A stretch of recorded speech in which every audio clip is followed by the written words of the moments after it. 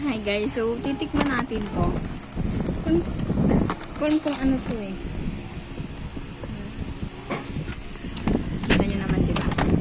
So ito, di ko alam kung anong flavor to eh. Pang fort siya.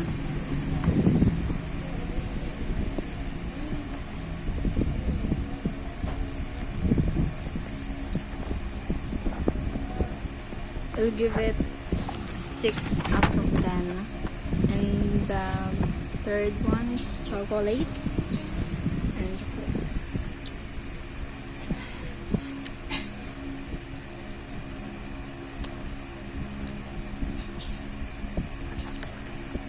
No. Para siyang ano ta, yung chocolate yan. Ayan. Kalimutan kong tawag. And this one is the third one. Ano to tawag? Agatas.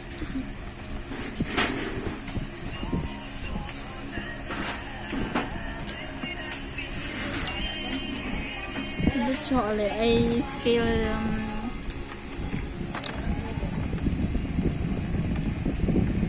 6 din. Tapos itong second 8. And the first one cheese siya, so 8 din. That's all.